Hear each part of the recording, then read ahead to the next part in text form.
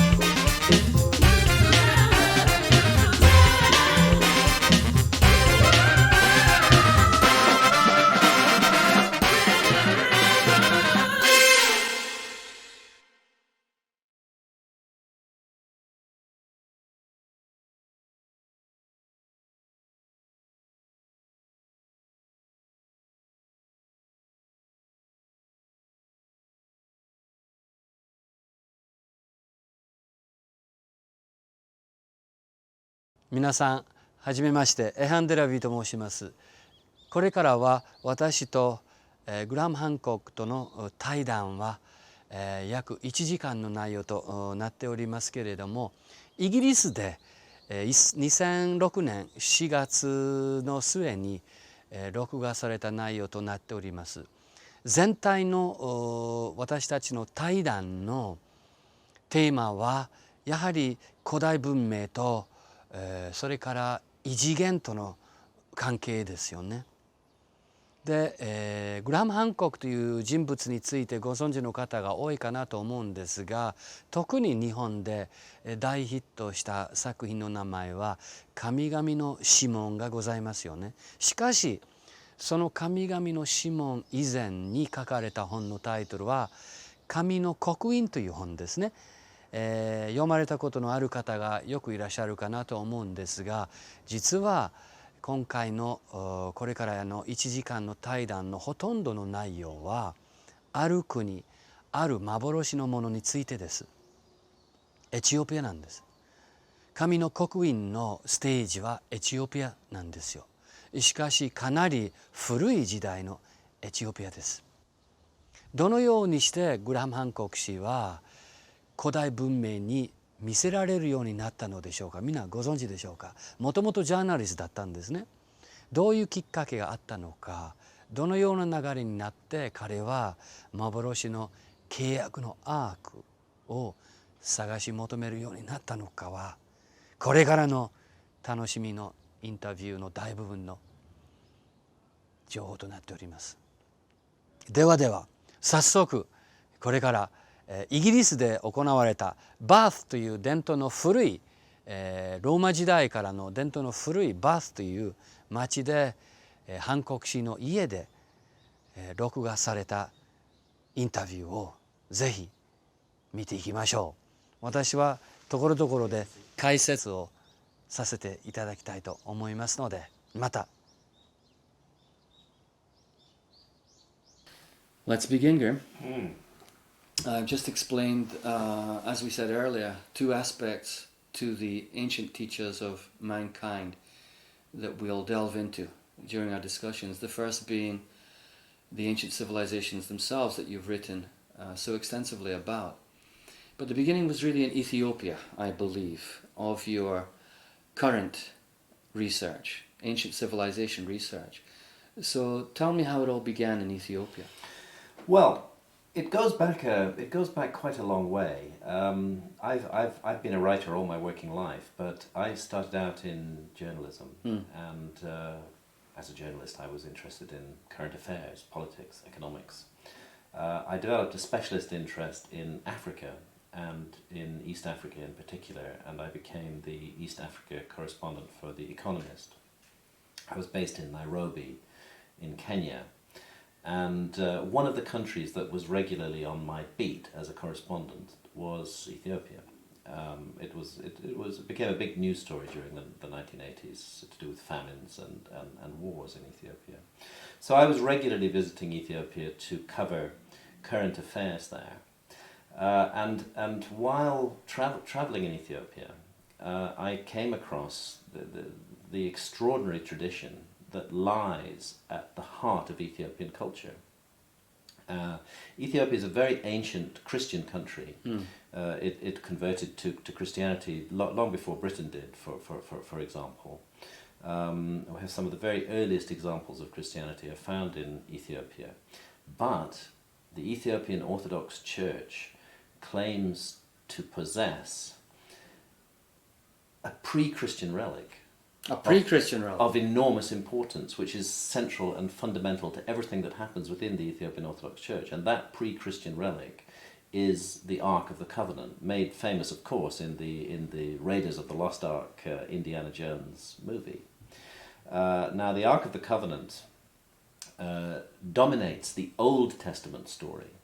We find it very near the beginning. We find it in the time of Moses, built as the chest made of wood and gold that was to contain the 2 tablets of stone on which were written the 10 Commandments by the finger of God himself. But it was always much more than just a box with 2 tablets of stone in it. It was an embodiment of God's presence on earth. And from the very earliest times, we find really hair-raising descriptions of the Ark of the Covenant as an instrument, a terrifying instrument of war, being used in the conquest of the Promised Land by the Israelites, striking people dead, inflicting cancerous tumors on their enemies. Really, really extraordinary things. And this object finally is installed by King Solomon in Solomon's temple in Jerusalem around the year 950 BC. And then it vanishes from the biblical story in a very mysterious way, and it's almost never spoken of again until we find, round about 587 BC, that it's gone. It's missing from the temple. It's no longer there. So all historians and scholars recognize this as a lost relic. And here I found myself, in a rather obscure place, in the early 1980s, and that place claims to possess this lost relic, which no other place on earth claims to possess. It must have been known, this tradition in Ethiopia about the Ark, I mean, it must have been known by many people. I mean, it's not like it was a great secret. No, it's so you can't miss it, really, once you get involved in Ethiopian culture. What you find is that every church in Ethiopia, and in fact there's a total of more than 20,000 churches throughout Ethiopia, that every one of these has a replica or a symbol of the Ark of the Covenant in its Holy of Holies. And if that's removed, then the church ceases to be a church. That's how important this object is. So the fact that Ethiopia claims to possess the original lost Ark, from which all these copies derive their power, is quite widely known. And there's a specific location where the Ark is said to be kept, which is Aksum in Ethiopia. Now, as a journalist, my introduction to this story was a visit to Aksum itself, where I met the elderly priest who is the guardian of the Ark. It's a very burdensome job, because once a priest is appointed as the guardian of the Ark, he must stay in its presence within a few meters of it for the rest of his life, and he never ever will leave the building in which the Ark of the Covenant is kept. He won't leave the building. He cannot leave the building. He becomes a prisoner. A prisoner of the Ark, literally. Literally, for the rest of his days. And I have to say that I was enormously, compellingly impressed by this ancient individual with cataracts over his eyes, who spoke to me in utterly convincing tones about this terrible object that was kept inside the sanctuary chapel at Aksum. And I said, "Can I see it?" And he, "Of course not. No way. Nobody sees it." So I went away from there intrigued, and this was back in 1982 or 83. I was intrigued and curious, and I started to ask around. And of course, when I started talking to scholars, they said, "Well, yes, the Ethiopians claim to possess the Ark of the Covenant, but it's just one of those fantasies. You know, it was made up to add prestige to the royal dynasty, to the Solomonic dynasty of Egypt. There's no of Ethiopia. There's no substance to it. It just completely ignore it."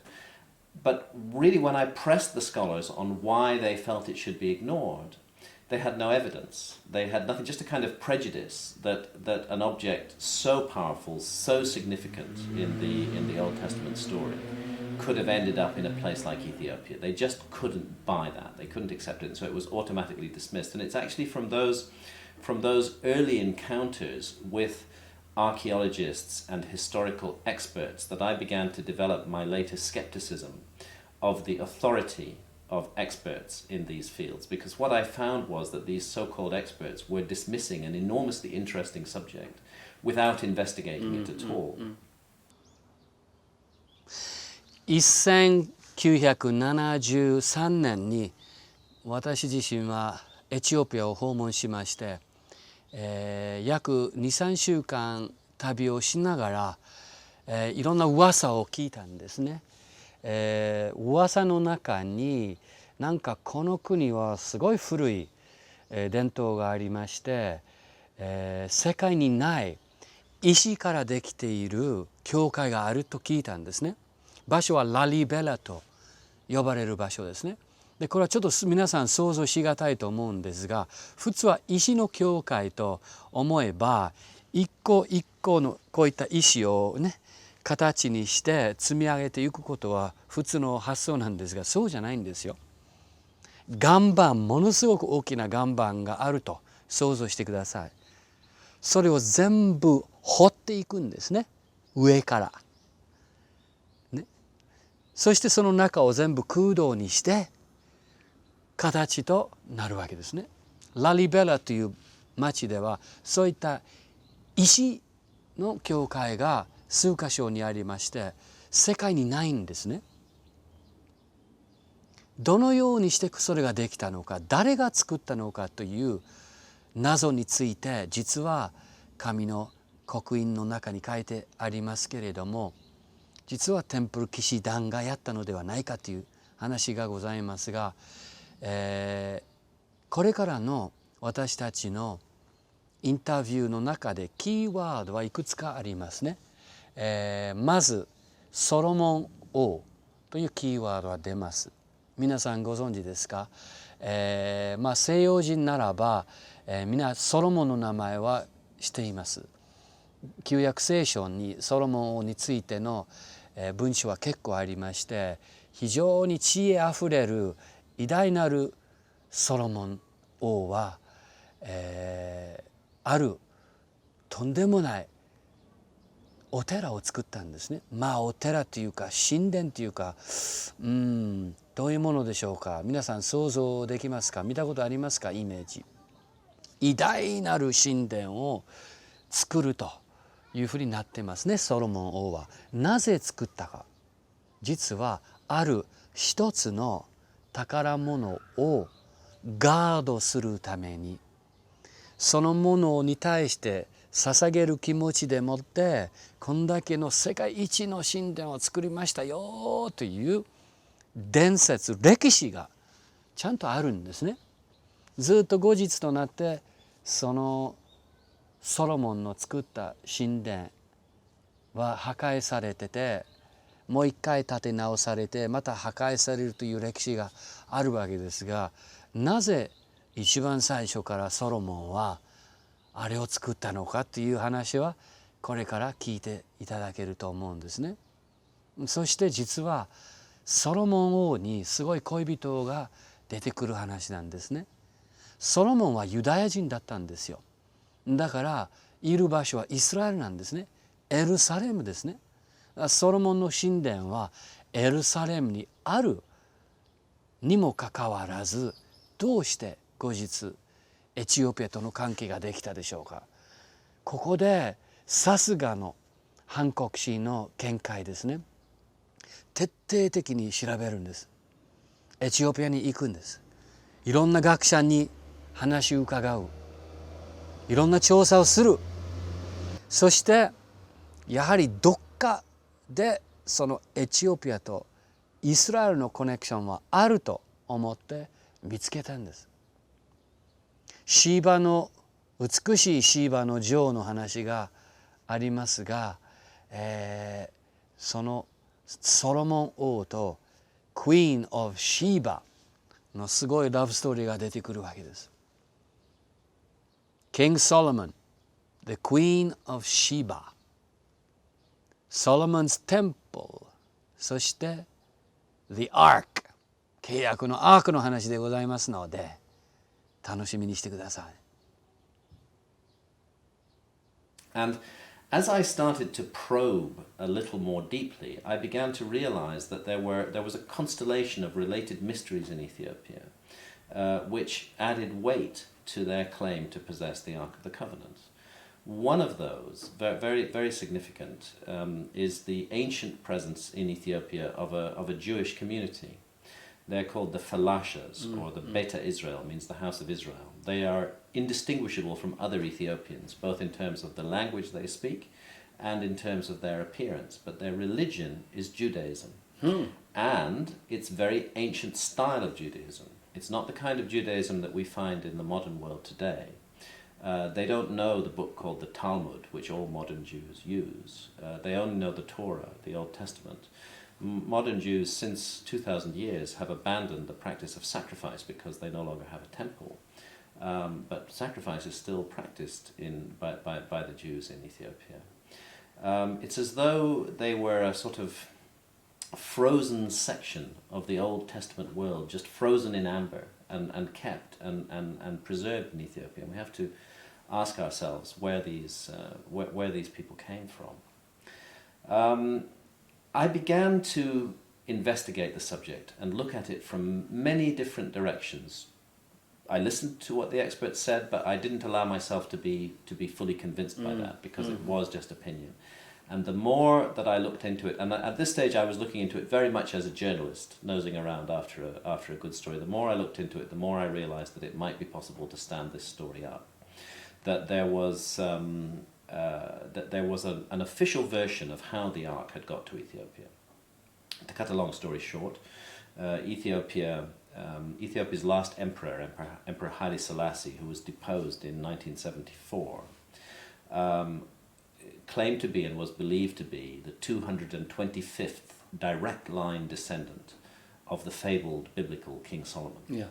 And according to the Ethiopians, it happened this way, that the Queen of Sheba was an Ethiopian queen, that when she made her famous biblical journey to Jerusalem, she didn't only meet King Solomon, she was made pregnant by him. Mm-hmm. She bore him a son, who the Ethiopians called Menelik. It means the son of the wise man.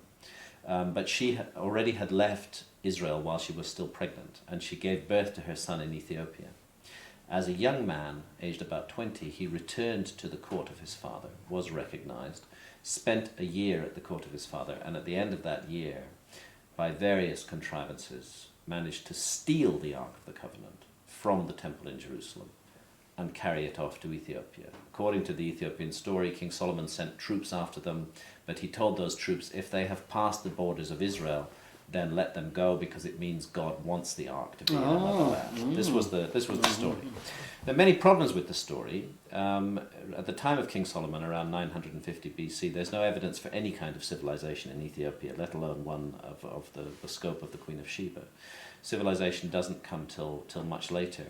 So what I gradually began to explore and consider and understand was the possibility that the Ethiopian story might be a metaphor for the truth, that the Ark of the Covenant might in fact be in Ethiopia, but that it might have got there by some other route, by some other way, and that perhaps this, if I could uncover a realistic historical route that would have brought the Ark of the Covenant to Ethiopia, it would make sense of this whole story.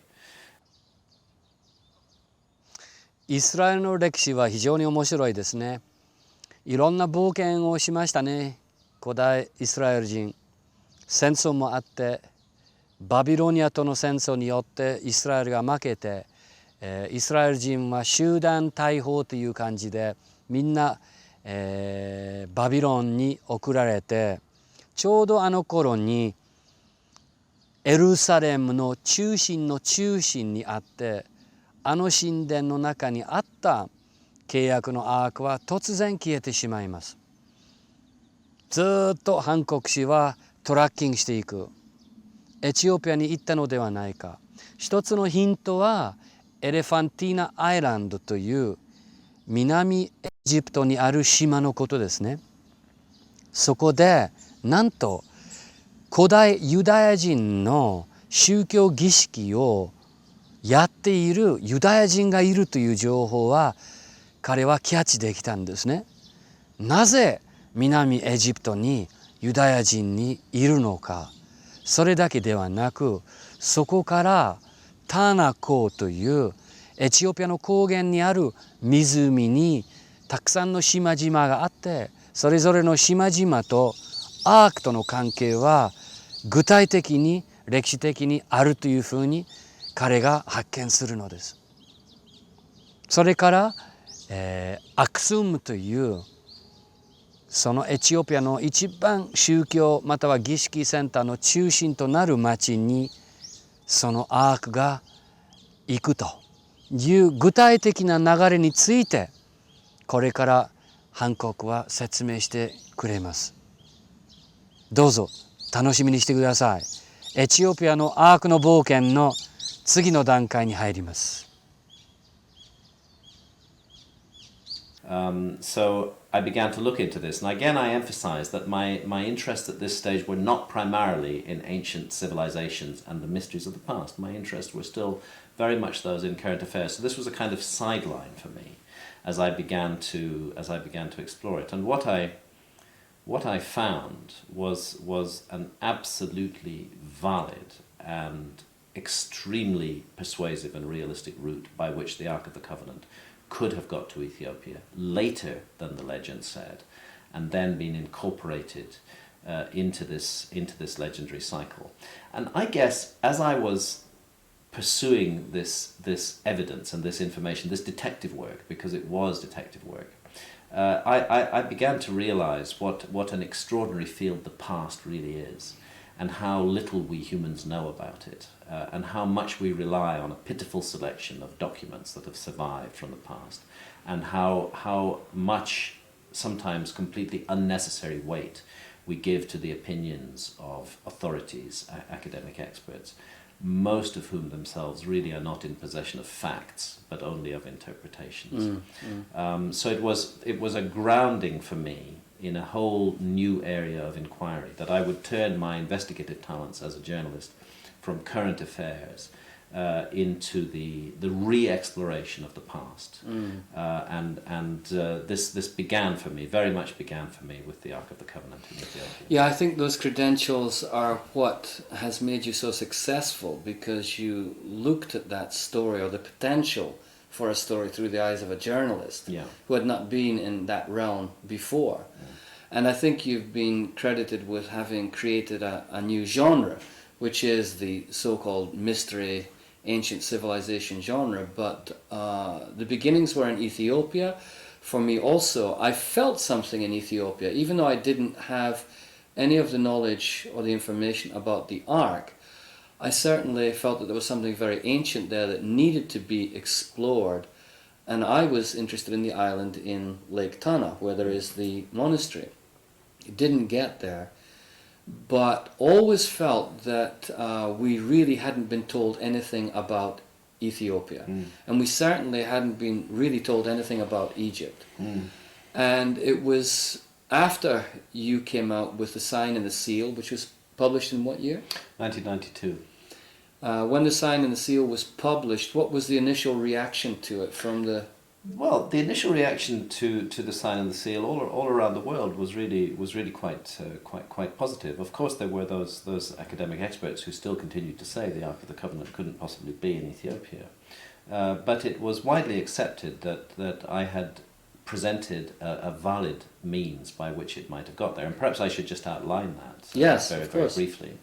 Because the mystery is that until the Ark of the Covenant is installed in the Temple of Solomon in Jerusalem in 950 BC, it's spoken about everywhere in the Old Testament. There's more than 200 separate references to it. After it goes into the temple, it disappears from the story.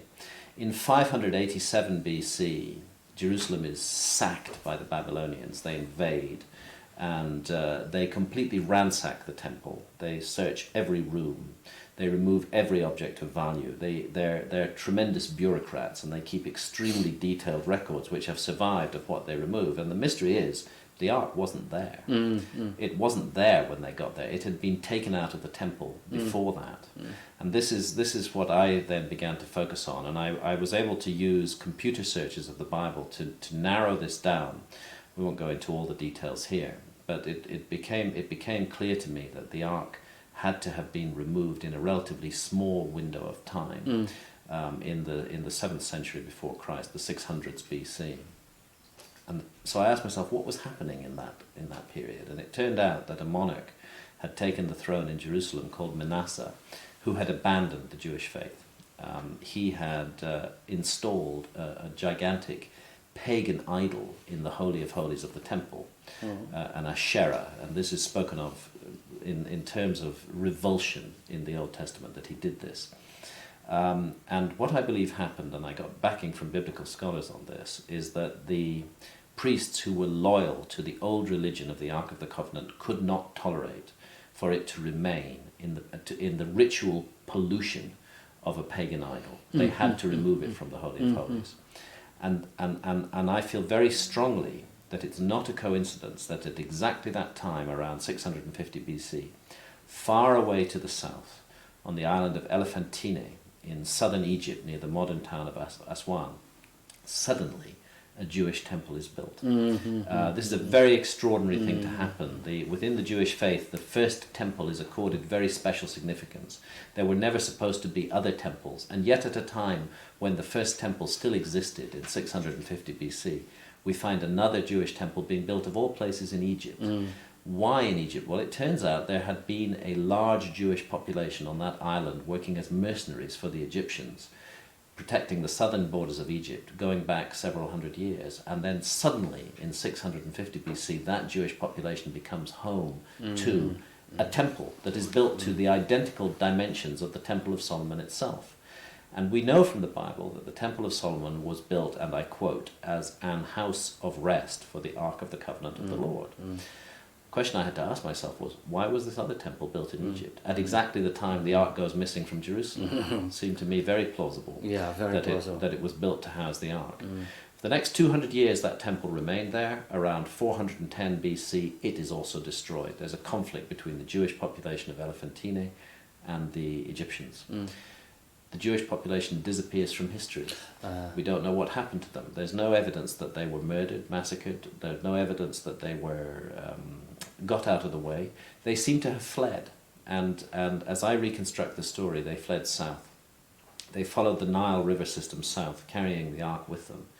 And they followed it all the way into the highlands of Ethiopia, where the Blue Nile rises in Lake Tana. And Lake Tana is the heart of the mystery in Ethiopia.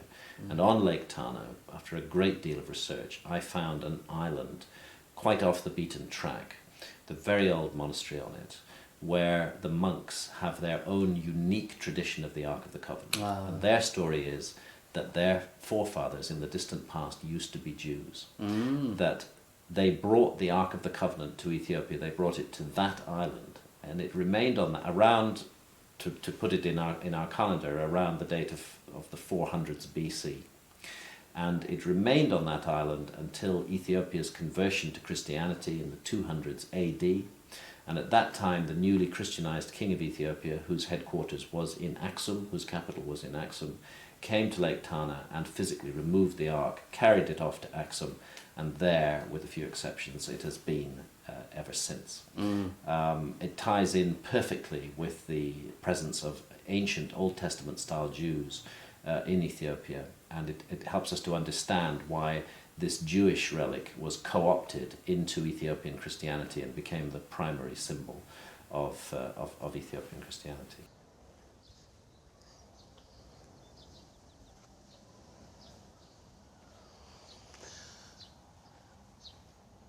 アークのことを理解しようと思えば、古代エジプトの魔術システムを理解しなければなりません。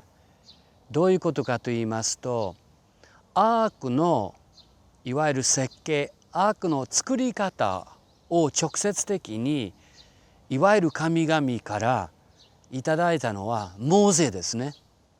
アークのことを理解しようと思えばモーゼのことを理解しないといけないんですね。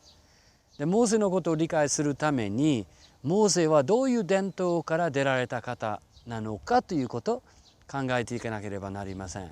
ご存知のようにモーゼはエジプトで育てられてファラオのトレーニングを全部受けたわけですね。で今の時代の我々にとっては大変想像しがたいことなんですが、古代エジプトのファラオの知恵レベル、知識レベル、または意識レベルはどれだけ高かったということ、ちょっと皆さん考えていただきたいと思うんですね。最近私は古代エジプトの権威的な先生の言葉を思い出すとですね、我々現代人に比べれば古代エジプト人は33メートル高い人だったよと言って、確かに存在感の大きいものです。ありとあらゆるマジックを使うことができたんですね。でこれはトリックマジックではないんですよ。物質世界を操作するマジックを言わんとしてるわけですので、これからのハンコック氏との対談での一つのメインテーマは一体あの箱は何者だったのかということですね。旧約聖書を引用しながらハンコックは間違いなくこれは一種の古代スーパーテクノロジーではないかという意見がありまして、私も全く同感ですね。なぜならば旧約聖書では何万人同時に死なされるぐらいのパワーを持つアークに接近するべきではないと、恐ろしい武器としての使い方もあれば浮遊する力もあればですね、そして神々と交信するテクノロジーもあったように思われます。古代エジプトコネクション、モーゼのコネクション、そしてもう少し具体的にこのアークというものは何者であったのかについてのセクションですので、よくよく聞いていただきたい具体的な情報だと思います。So, what is your view now of the significance, the purpose, the usage of the ark? Why is it so important to keep somebody literally imprisoned next to an object in high secrecy still? This is Why? this is a very strange object, and it's one of the issues that really piqued my interest in the mysteries of the ancient past, because there are almost technological aspects about this object. Were we to be dealing with it in plain view today, the way it was being dealt with in more than 3,000 years ago, we would have to conclude that we are dealing with some kind of high-tech weapon, some sort of object. I spent a lot of time going through all the sources that exist on the Ark. Of course, the Bible is a great source. There's, as I say, more than 200 references to the Ark of the Covenant in the Bible, the Old Testament. There are many other sources in Jewish legends and traditions, extra-biblical sources, which also speak with authority about the Ark of the Covenant. And when you take all this together, you find that you're dealing with an object that routinely and regularly kills people. And it does so in quite a random way. The person need not have evil intent. It's enough to touch the ark to be struck dead, and this happens repeatedly in the Bible. It's a very curious passage where the Philistines, the enemies of the Israelites, capture the ark in battle somehow. They take it off to their city, Ashdod, and there they put it on public display, and it's opened. A very dangerous thing to do. And tens of thousands of the Philistines file past it to look at it. They all die. They all die. And the Bible tells us in the very strange language that they are inflicted with tumors, with cancerous tumors, and they die horrible deaths. Now, what does that sound like? Radioactivity. It sounds like radioactivity of some kind. What are we to make of it when we hear descriptions of the ark lifting up off the ground and rushing towards the enemies of Israel, emitting a moaning sound? What do we make of the spark? There are two figures mounted on the lid of the ark called cherubim. Let's not think of them as sweet, cuddly, Renaissance cherubim. These are ferocious winged figures, and between them passes a spark. Sometimes a mist appears in that area. Voices are heard coming from the ark. All of this is found in the ancient sources. I looked back further. What is the background of the ark, really? It has to be Egypt. Moses is the figure associated with the ark. He supposedly receives from God the blueprint as to how the Ark of the Covenant is to be built in Sinai. But Moses himself was reared in the household of the Pharaoh in Egypt. He was groomed as a future Pharaoh. That tells us a lot about Moses. Because if he was groomed as a pharaoh, then he learned everything the pharaohs know. And the pharaohs were the heirs of the high wisdom of ancient Egypt. I needed to go to Egypt to start researching this element of my story. This was my first introduction to Egypt. I found on temple walls in Karnak, for example, reliefs of processions where people are carrying an object, exactly like the Ark of the Covenant. I found accounts in the ancient Egyptian text of similar boxes that were made of, you have an inner box of gold, inside a box of wood, inside another box of gold, and doing terrible things, inflicting terrible damage on people, exactly as the Ark of the Covenant did. So I began to wonder, of course we can't discount the divine aspect of this. Perhaps the Ark really was a radio for talking to God. Perhaps it was, or perhaps not. Perhaps we're dealing with some ancient lost technology that came down to the Israelites through the Egyptian line, through their connection with Egypt and Moses. And this made me think about the origins of Egyptian civilization and what do we really know about Egyptian civilization. There's so much when we go to Egypt that we're confronted by that we cannot explain. Some of it stares us baldly in the face, like the Great Pyramids of Giza and the Great Sphinx. Engineering projects of almost superhuman scope. And sometimes it's very understated and subtle. It may be as much as a vase cut from an incredibly hard stone, and we may pass it in a museum and not think much about it. It's only when we ask ourselves, how did they do that? How did they make that? How did they make tens of thousands of objects like that? What was involved? When we find drill cores on the Giza Plateau, we know that they were using a hollow drill that cut down into the stone, and it left a core in the center of the drill which could be knocked out. Some of those cores have survived, and they show an astonishing pressure being applied to the stone from above, and an incredibly rapid cut rate, faster than modern machine tools. Yet this is all supposed to have been done by hand with primitive instruments. And so the question began to rise in my mind: could there be something behind Egypt that the historians haven't got to grips with? Could it have been the legacy of a wisdom tradition and a knowledge tradition from much further back, which Moses somehow got his hand on, which was expressed in the Ark of the Covenant? And of course that opened up a whole new area of inquiry for me. But to cut a long story short, I think what we're dealing with in the Ark of the Covenant is, in a sense, the relic of a lost civilization. That's my own view.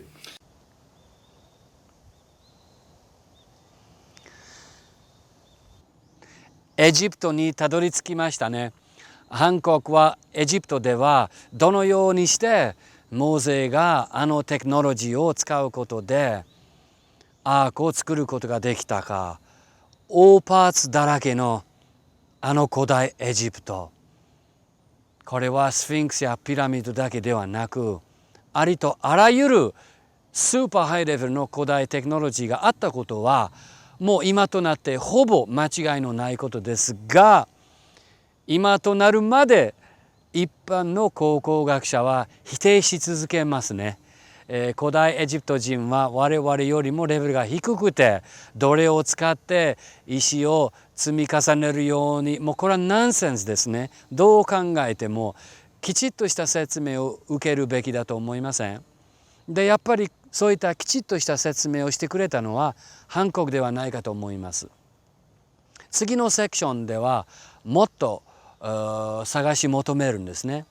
どのようにするか、このアークが浮遊するようになって、そして運んでる人たちでさえ浮くようになるのか、どうやってそれができるものですか？ある種の反重力のエネルギーを使っているのではないかと思えるわけなんですね。でもそういうテクノロジーはなかっただろうという思い込みの学者レベルでは皆さんこれは解明できません。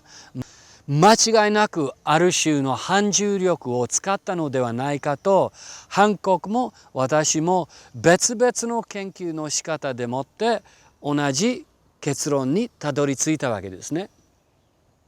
具体的にどのようなものを使って反重力ができるかは、これはこれからの対談の一つのポイントであって、間違いなく使ったことは歴史的に情報が残りますのであったというふうに分かります。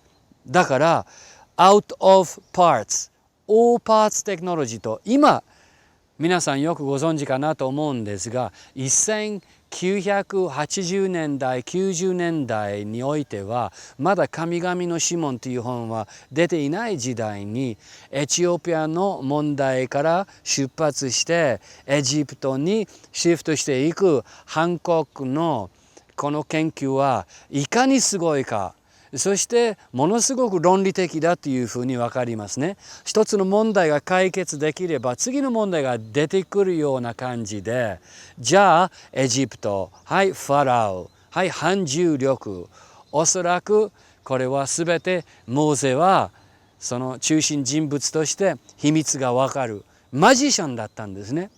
でもあのマジックは半端じゃないんです。反重力のマジックですよ。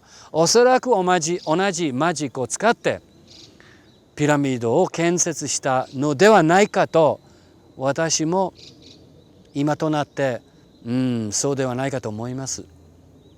では次のセクションどうぞ。I've read other information concerning the ark. The idea that it can levitate and move forward with great speed. Yeah. how is this actually, in our current scientific understanding, how could this be possible? Is there anything that actually decreases the weight of an object? What people would call anti-gravity devices. Yeah. Do we have any research that actually suggests that such substances exist? And we do. And I believe that they're called orbitally rearranged monoatomics. Mm-hmm. Have you heard of those? No, I haven't. Orbitally rearranged monoatomic substances are also called white gold. Mm-hmm. And actually Lawrence Gardner had done some study on the Ark, and his contention was that it carried what the Egyptians called mythicazit, and the Sumerians called Sham-an-ar. That the pharaohs used this substance to lengthen their lifespans because it had a physical property that would activate the DNA. And also it could be used for anti-gravity purposes, thus assisting them in raising large amounts of stone to large heights. I found the idea very compelling because a gentleman by the name of David Hudson had gone around the world having discovered some of this white powder on his farm. He had taken it to laboratory after laboratory to get it tested to find out what its properties were, and after a long time and a great deal of expense, finally a German laboratory said this is belonging to the precious metals group, but a very specific group of precious metals, and one name for it is white gold, and it has these properties. And apparently when Flinders Petrie discovered a monastery or a temple somewhere in the Sinai Peninsula, when he arrived there, it didn't look so much like a temple. He said it looked actually much more like a laboratory. And what we discovered everywhere was like talcum powder, white powder. Could this have been an alchemical laboratory? Could it have been used by Moses? And how strongly can we imagine, let's say, that Moses had the ancient tradition of alchemy at his fingertips, and he was able to do this? I think we are at liberty to conclude from what we know of the figure of Moses that anything that a pharaoh of Egypt would know, he would have known, and that was a great deal because the pharaohs of Egypt were the masters of magic of Egyptian magic. They, more than any priest, more than anyone else, were. And so Moses was in this extraordinary position of having been reared in the pharaoh's household as a future pharaoh. Now, I wouldn't want to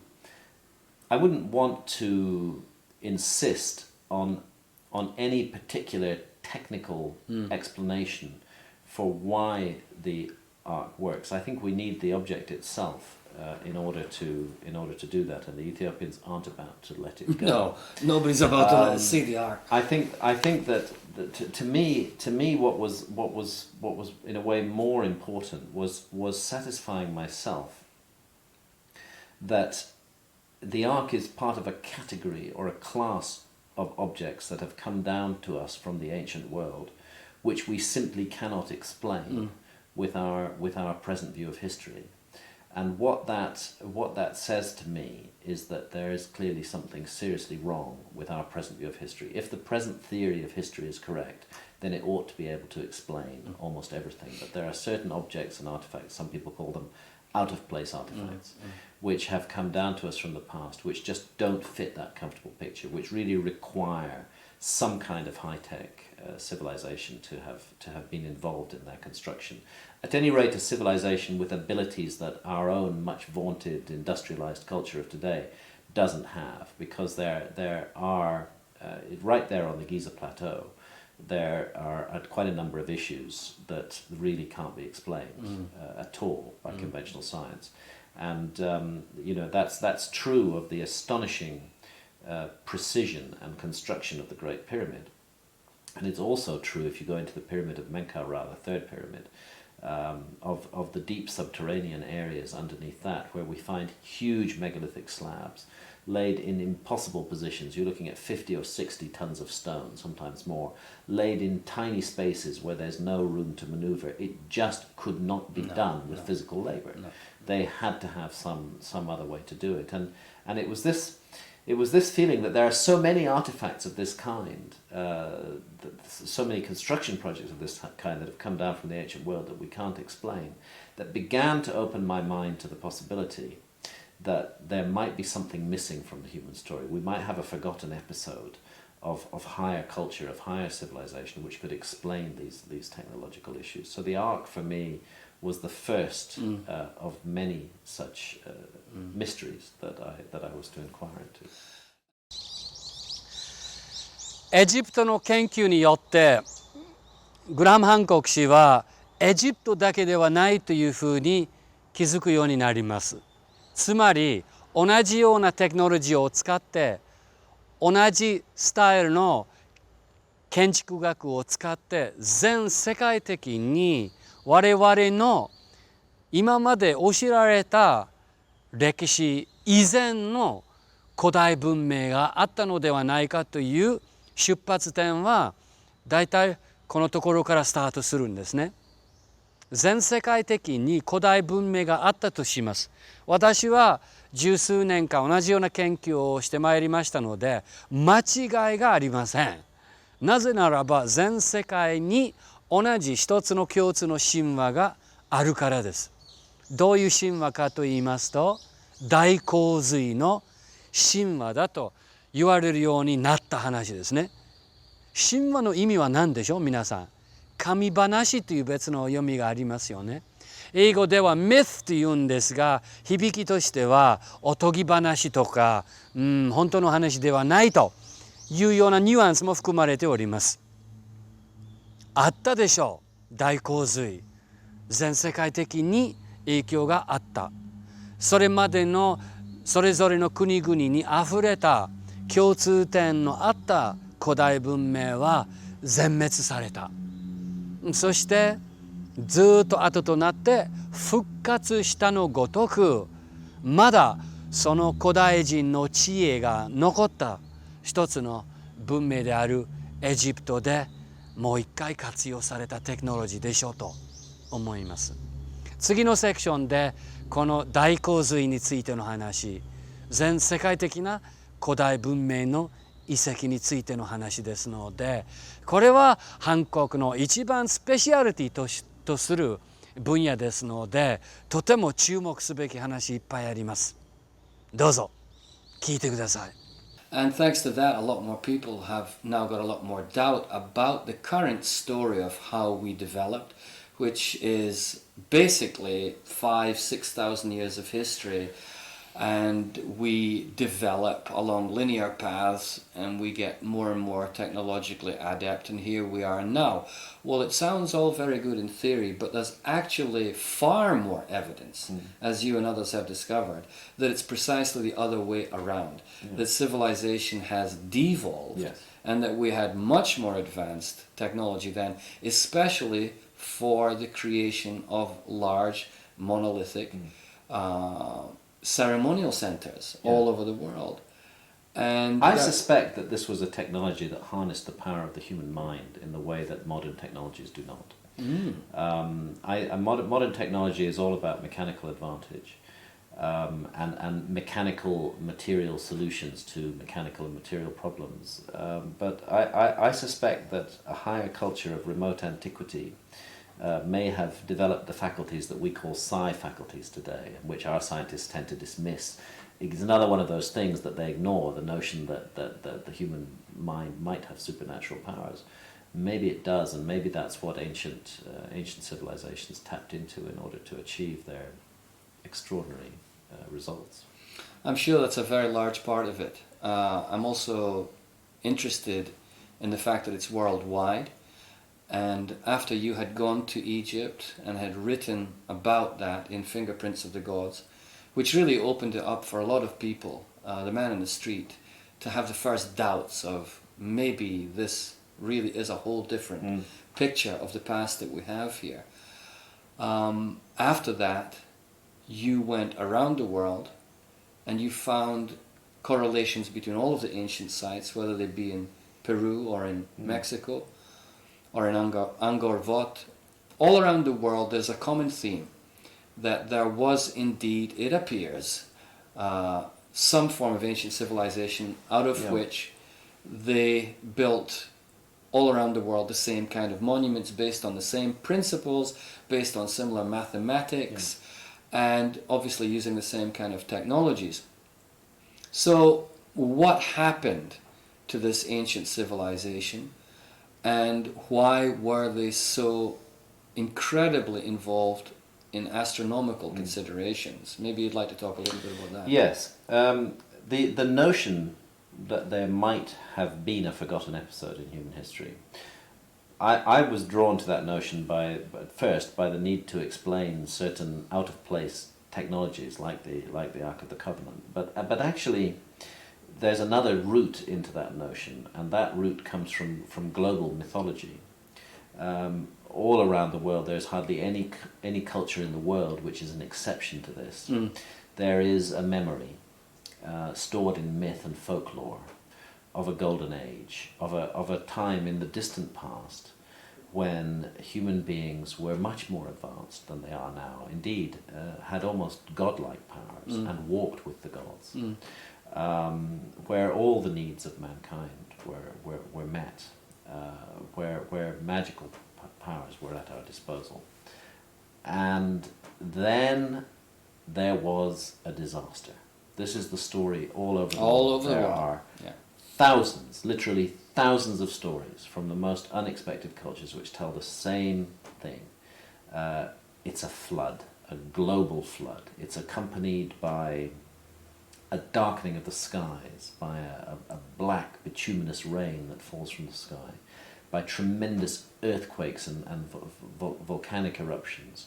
It's a memory of a time of truly global cataclysm when dreadful things happen, and very frequently some kind of dating system is applied to this memory. And of course, the most famous example is the example of Plato. Because it's from the Greek philosopher Plato that we have the earliest surviving account of the lost civilization that Plato called Atlantis. And Plato spoke of that happening some 9,000 years before his time. In other words, about 11,500 years before our time. And the astonishing thing is that if you actually go back to what geologists now know about that time, you find that Plato was right, that the world was passing through a horrendous cataclysmic episode, roughly between 14 and 11,000 years ago. Really terrible things happened. This was the end of the Ice Age. This was the time when ice sheets that were up to 4 or 5 kilometers thick, covering northern Europe and North America, began to melt down with astonishing rapidity. This was the time when sea levels rose by 120 meters all around the world. It's really eerie that so many of the myths and traditions which speak of precisely those geological effects, the great floods, the earthquakes that we know accompanied the end of the Ice Age, also set it in the right period. And yet, our historians universally dismiss this as fantasy, and are unable and unwilling to get to grips with the reality of the Ice Age, because it seems to be a huge mental block. They simply cannot accept the possibility that there could have been a high civilization 11 or 12,000 years ago. It's not even very long ago, as things go. But it seems to be an idea that is extremely difficult for academics to swallow. So, although they accept that the Ice Age came to an end, although they accept that it came to an end cataclysmically, although they accept that the sea level rose by 120 meters, although they accept that there were volcanic eruptions and earthquakes, when myths speak of these things, that must be fantasy. And to me, that's a very perverse way of looking at things. It's a very uneconomical way of looking at things. We have this huge legacy of memory. I think of us as a species with amnesia, that this cataclysm that affected our ancestors was so severe that it caused us to lose our memory of our own past, and the only place where that memory is preserved is in myth and. グラハム・ハンコックの天才的な一つの発想は今となって大体理解されるようになってきてるわけなんですが、皆さんご存知でしょうか。再査運動と言います。これからの我々の対談では、なぜ古代人は特に天文学に注意を払ったのか、なぜとても長い年月のカレンダー、暦を作ったのかについての話ですね。で、この前の大洪水の話にも深い関わりがある話ではないかと思いますね。つまりこの地球では定期的にサイクル的に、つまり周期的に同じような出来事が起こり続けるのではないかという発想は上から来ています。つまり天体をずっと観測することによって一つの大きなことが分かります。で、実は現代人はほとんど忘れてしまったことなんです。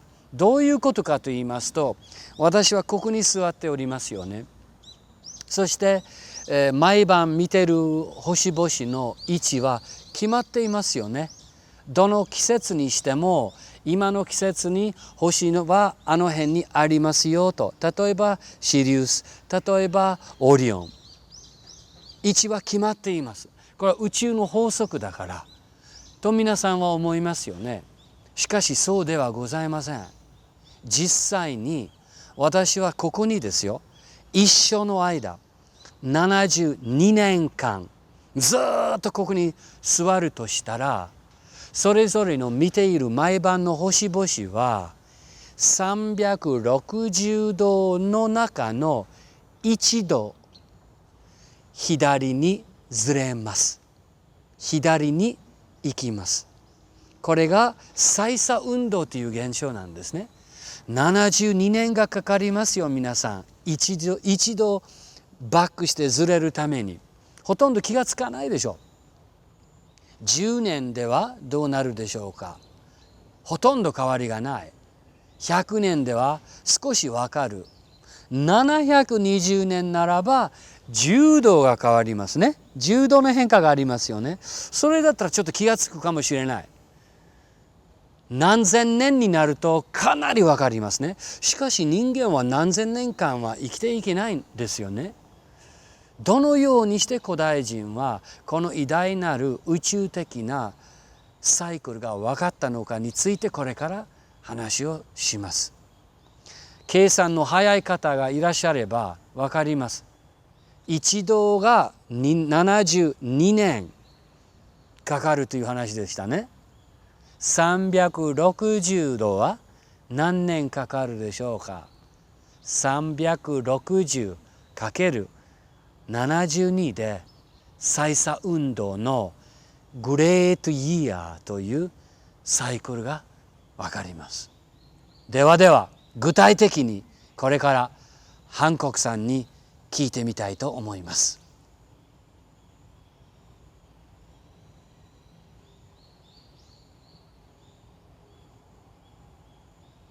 That was Velikovsky's point. He was, of course, a psychoanalyst. He was in Freud's school. I think he was directly working with Freud. Yeah. And he reckoned that we have such a deep, deep scar in the collective unconscious from that cataclysmic time that we're all in complete and total denial. And that the only place that it would come out was, sure enough, in mythology. In the myths, yeah. And he was absolutely right on about that, as you are, in terms of the denial, the continuing denial of something that seems to any sane reader obvious. There was a worldwide cataclysm. And in a sense, we don't even need to concern ourselves with what caused that cataclysm. No. It might be a very interesting thing to do, but it's not really necessary. The only thing that's necessary is to recognize that a cataclysm did occur and that it changed the world utterly. Yeah. So much of this in the scientific fields that deal with it is uncontroversial that it never fails to astonish me how reluctant historians are to embrace it. I mean, the end of the Ice Age cataclysms resulted in the extinction of 70 or 80% of animal species around the world. Human beings were not exempt from that. Yeah. Where we should have a rational and focused inquiry into that period of history, we have absolutely no interest in it whatsoever. And it's been very hard to stimulate that interest. But I have tried to show that this is a period we need to know much more about. Oh, we need to know much more about, because the ancient ones had a calendrical system which seems to me to be connected to that cataclysm. This is again, it touches on a point you raised a moment ago, and I'd like to pick that up, which is this this concern with astronomy that we see in the ancient cultures, and the question why, what's going on with this very focused concern. See, when you confront a monument like the Great Pyramid of Egypt, actually, initially you don't know very much about it.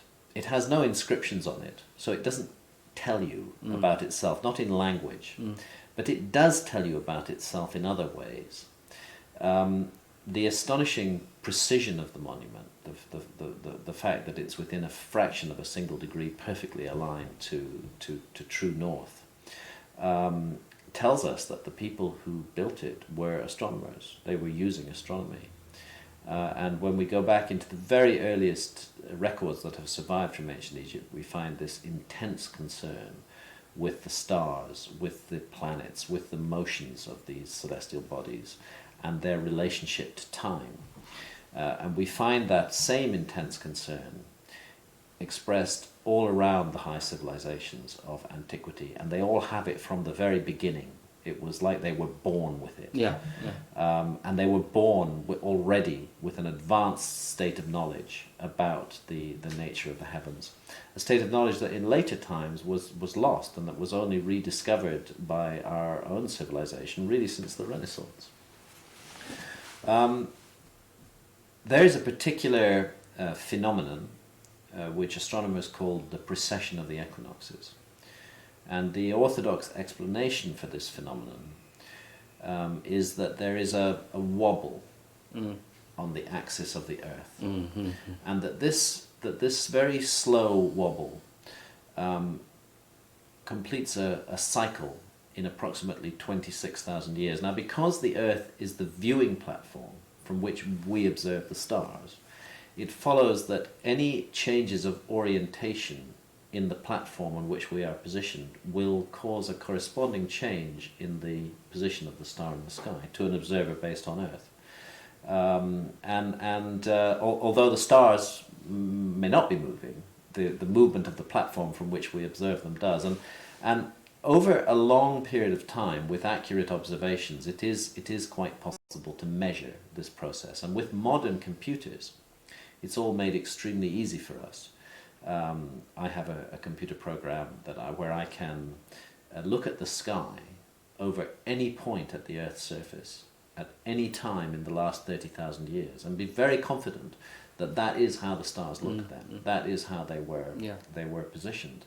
And all of this is based on precessional calculations that are built into the computer program. Now, the astonishing thing is that very ancient civilizations fully understood the phenomenon of precession, had measured it, and had incorporated numbers relating exclusively to the precessional cycle and the speed at which it unfolds into the oldest myths and traditions of mankind, and into the buildings that were created by those astronomer cultures. So it's there in the architecture, it's there in the myths, it's there in the religious texts. They have understood that a great cycle is unfolding in the heavens. Now, I think there's two sides to this fascination with the sky. One side of it is that the sky provides a convenient metaphor for the notion of spirit. Sky and ground can be translated as spirit and matter.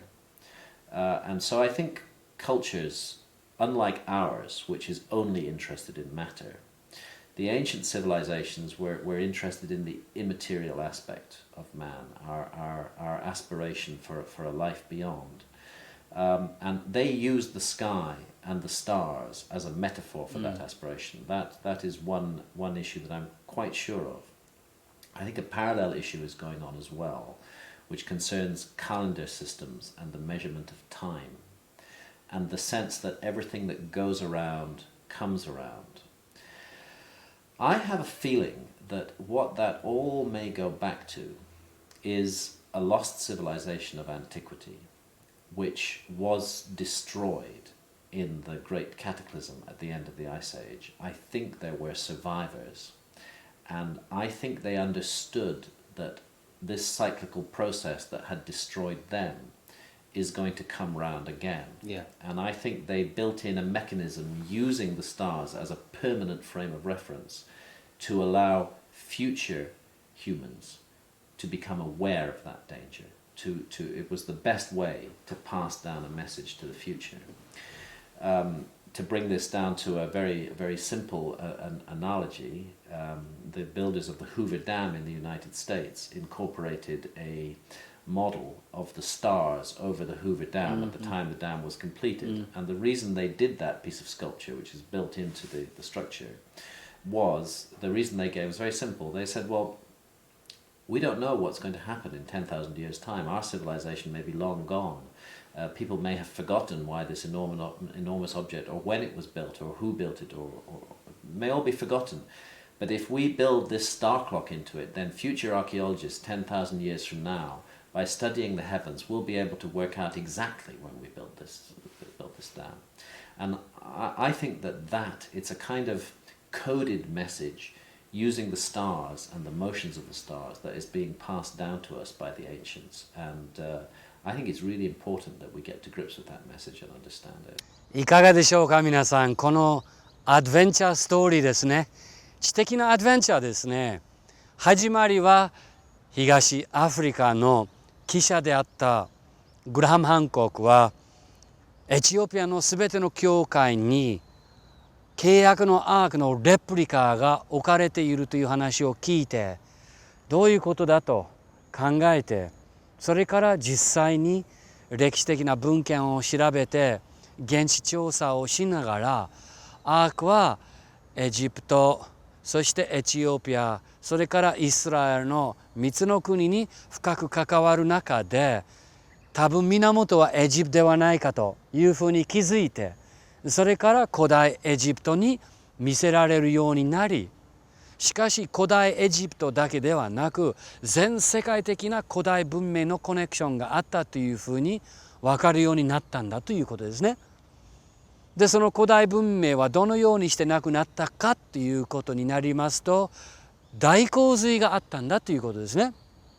で大洪水があったからこそ古代人はこういうことは定期的に起こりますよというメッセージを後日の人間である我々のためにとっても鮮明に情報としてカレンダーとして残してくれるという話ですね。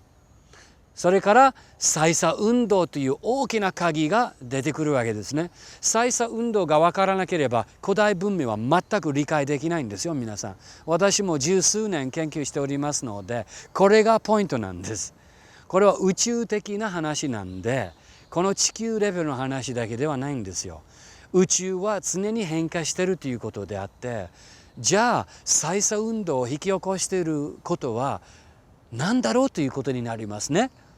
で今まで、の説では地軸が揺れているという説が一般的に、論じられたわけなんですが、さすがのハンコック氏はこの2006年今の時点で新しい研究仲間ができまして、その仲間たちは再差運動を徹底的に調べている最中であって、今年2006年にカリフォルニアでプリセッションコンファレンスの2回目のコンファレンスが行われます。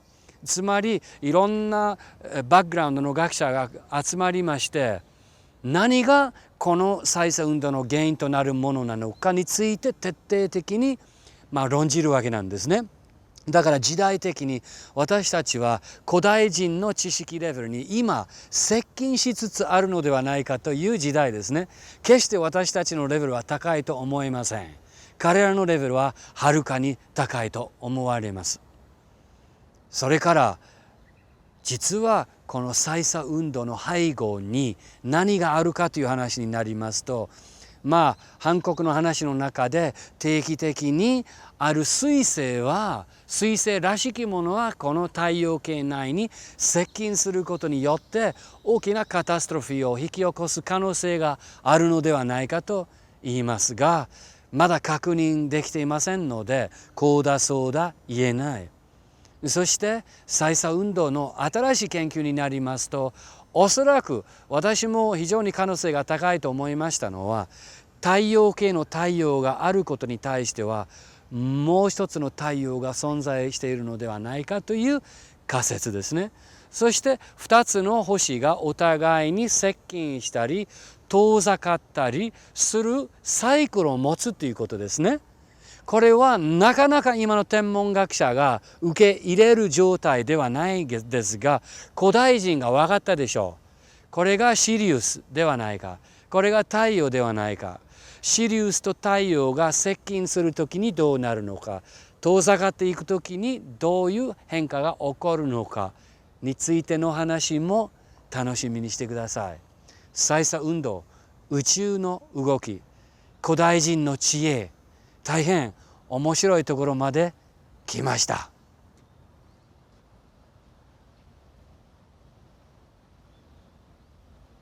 動いてますよ。わかります？かすかに動いています。宇宙の動きもそうなんですよ。とても微妙です。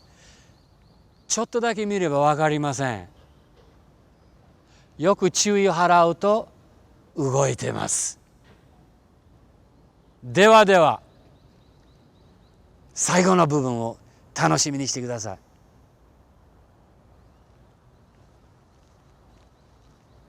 I think it's centrally important.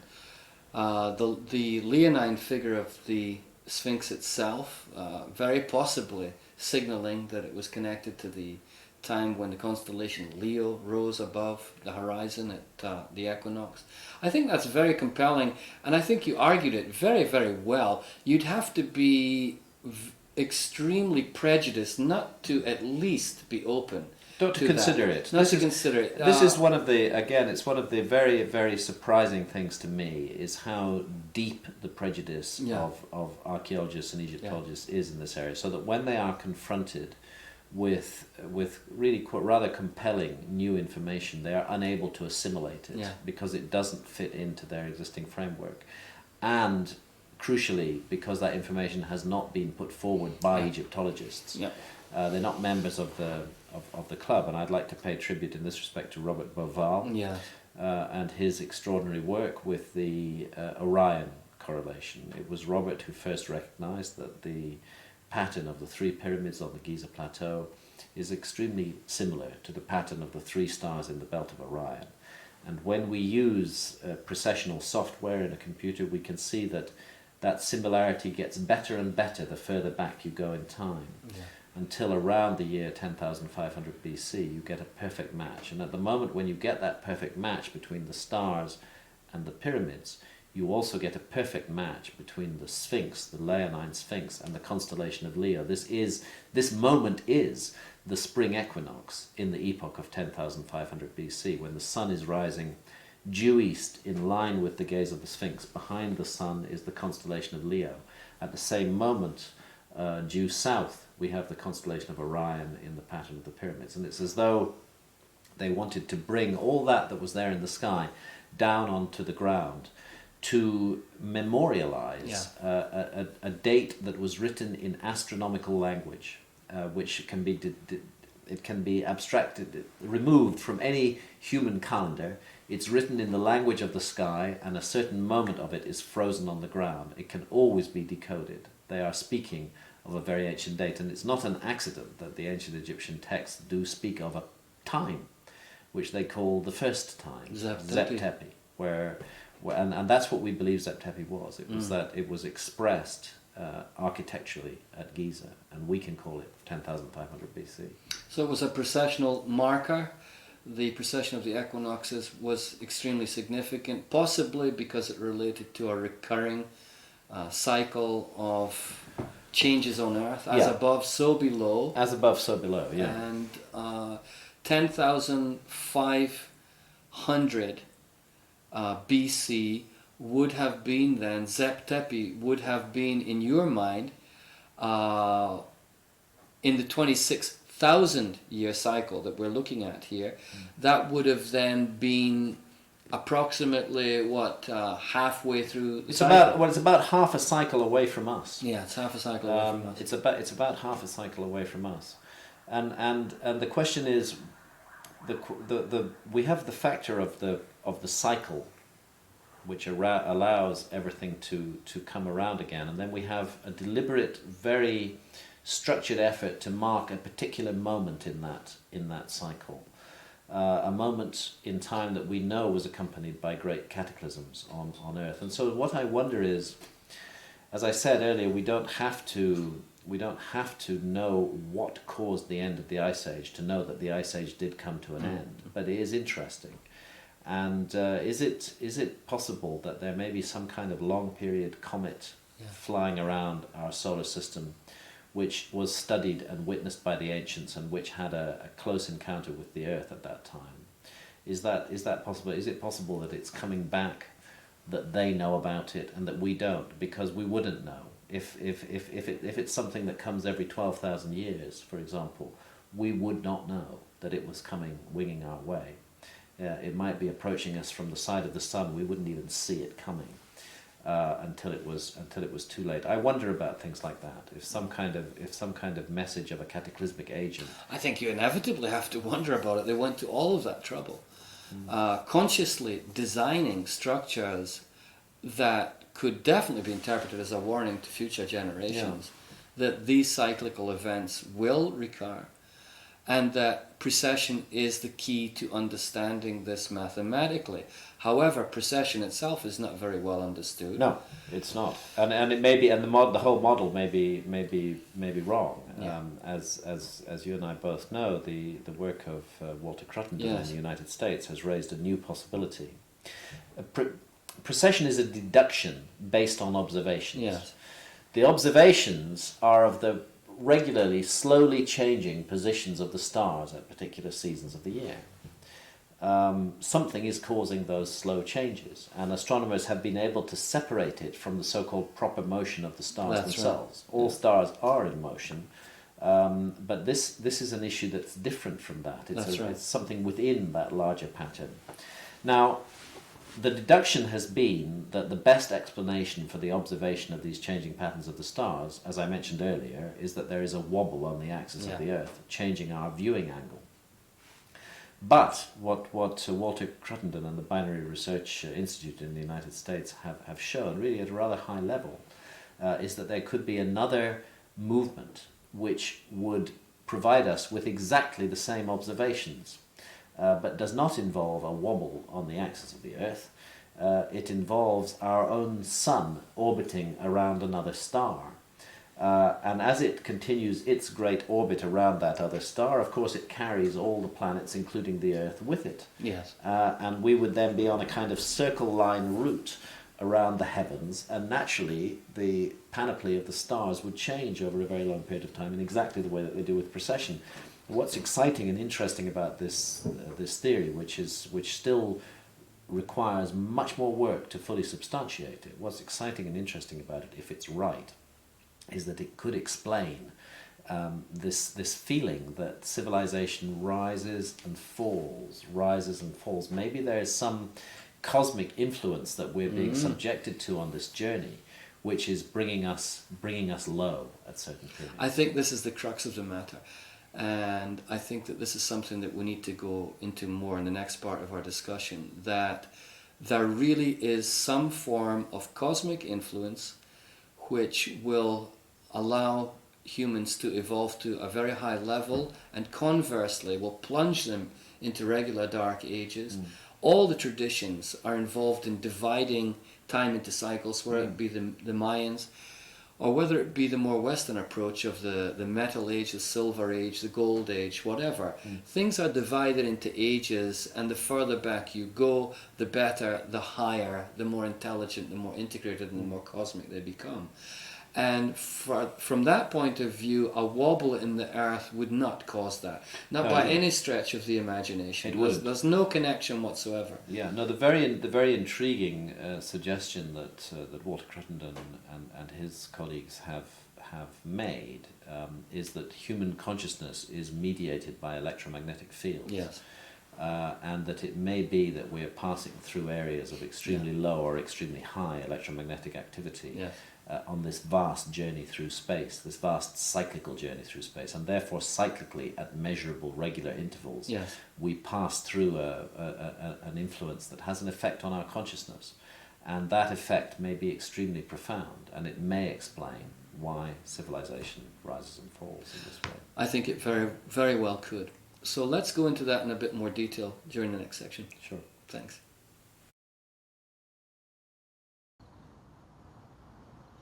いかがでございましたでしょうか、皆さん。知的冒険家グラハム・ハンコックとの対談は面白かったでしょうか。実はまだまだあります。私は彼の家で3日間滞在している間にありとあらゆる彼の今までの研究について次々聞きました。古代文明のことだけではなく、海底遺跡だけでもない、まだまだ楽しみいっぱいありますよ、皆さん。実はこれから、また DVD で紹介する内容は今日に至るまでの研究のすべてが含まれております。スーパーナチュラルというテーマはおそらく皆さん方はまだ聞かれていないと思うんですね。シャマニズムについて、そして地球人の源についての話までにこのシリーズがずっと継続しますので楽しみにしてください。